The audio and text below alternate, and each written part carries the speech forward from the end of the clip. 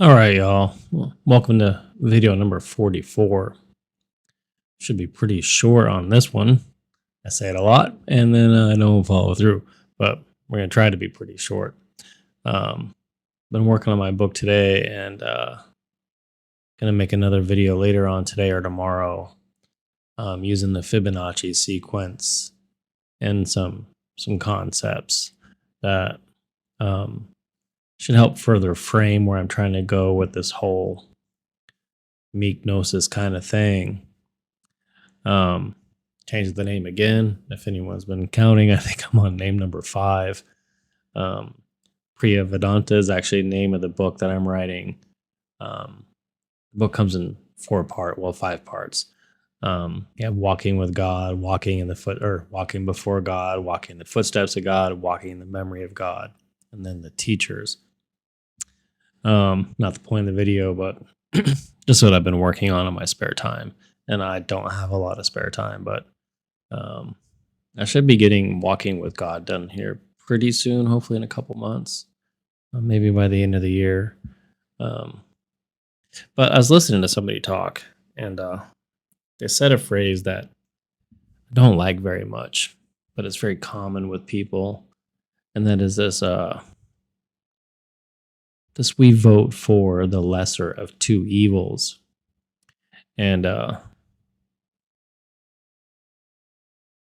think this idea really, really helps illustrate where I'm going with this particular concept. And maybe I'll briefly touch on what's going on in the world a little bit, just to help kind of, help color the picture a little bit. But this, voting for the lesser of two evils. See, what I think most people really are doing is they're voting for the evil that they agree with. Too many of us want to punish our enemies. We think we know what's best for the world. And I think a lot of people really, really are not voting against something, but they're really voting for something that they want. They want a certain kind of oppression. They want people that they disagree with to be either punished or at least, shut out of everyday life. And this goes for both sides, left and right. Left is probably worse, just because they have this purity thing that is always kind of driving the extreme far left. And I say so that as someone who really was a lifelong Democrat until about 2016, and it had nothing to do with that particular election. It had everything to do with this journey that I've been on. The realization of the moral failing of humanity. But this really, really wanting to bring evil into the world, actually going out and voting for it and advocating for it, putting bumper stickers on our cars and watching TV and debates and whatnot. We need to stop manifesting the evil in this world if we actually want to get rid of it. So every time someone says they're voting for the lesser of two evils, what they're really saying is I'm voting for the evil that I want to bring into this world. I want my children to be under the thumb of this evil. And I think the awareness to that really, really needs to be brought to the fore.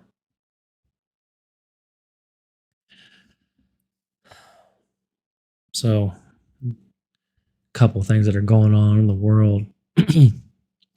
I release this on YouTube and BitChute and Odyssey.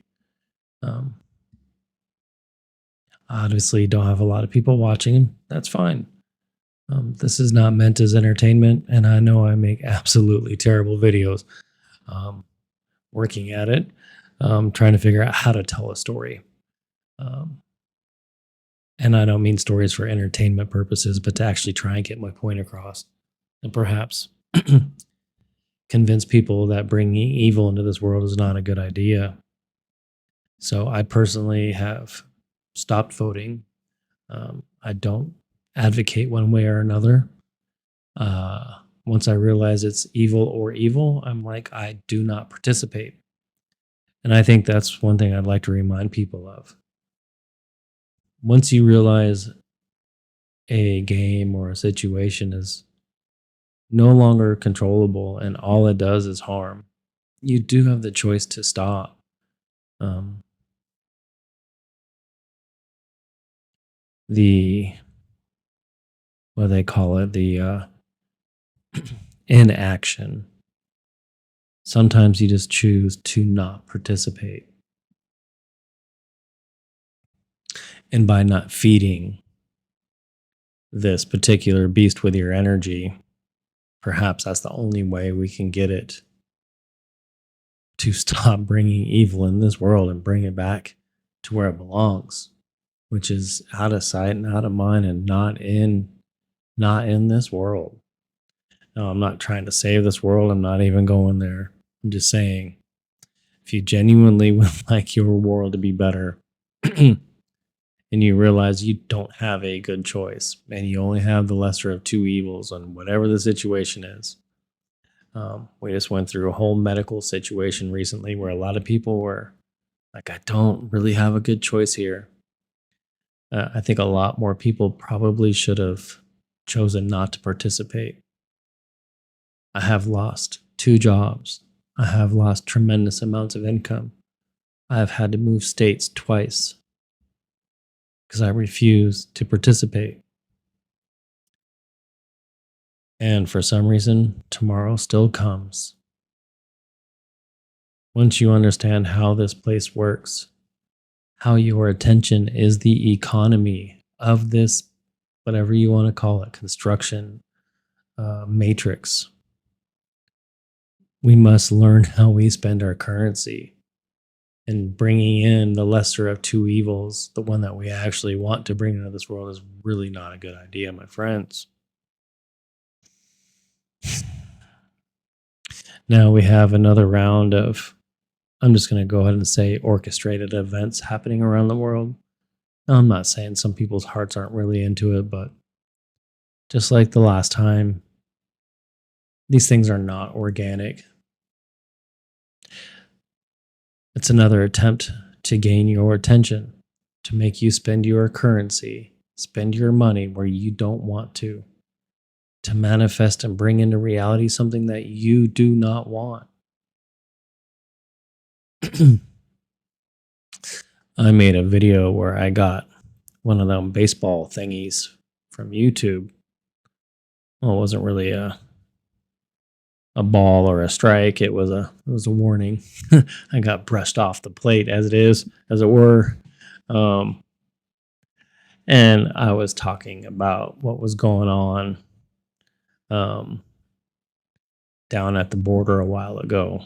I think it was last year when I made it as video number 9, I believe.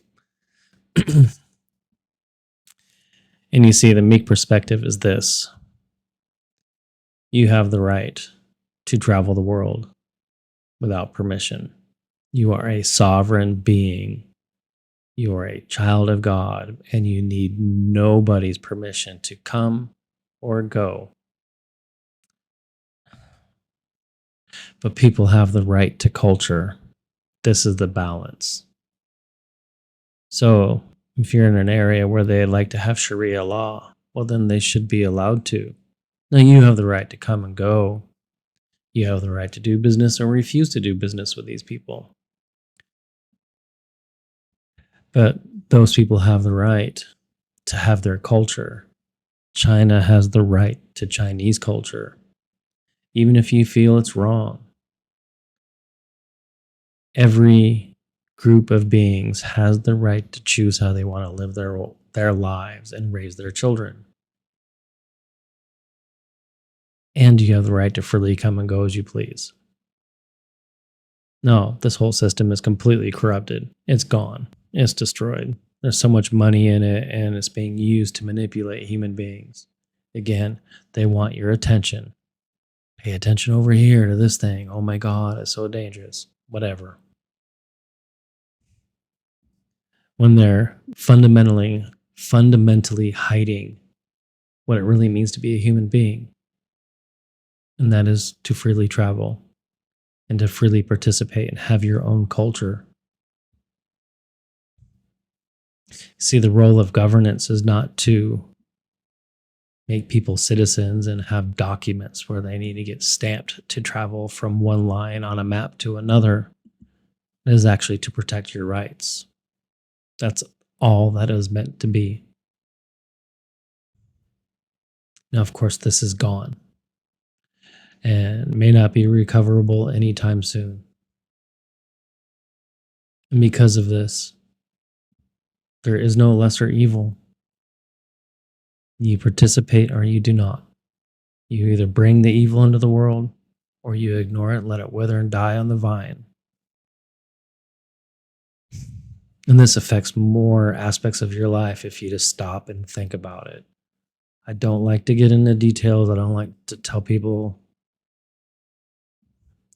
I just like to present ideas and see if they fit in your life, see if they resonate in some form or another.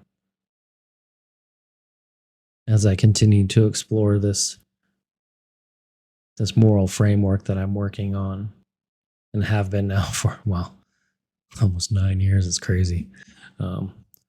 It's become very Hindu all of a sudden. Rama and Shiva and Spanda and all these things, Shakti. So as I continue to work on my book where I'm merging Eastern, it's strange. The Eastern people really, really were more interested in, well, I'd say Hindu philosophy and like the very, very fundamental nature. They're like physicists. They're after the fundamental nature of life itself, of being itself. And it seems like Western philosophy has always been, how do we live in this world? How do we make our lives better? And so it's the merging of these two philosophies that I'm working on slowly. But all that aside, so my friends, when presented a choice between evil and evil, you do have the way of no choice, no action, non-action. No longer participate and feed the system, my friends.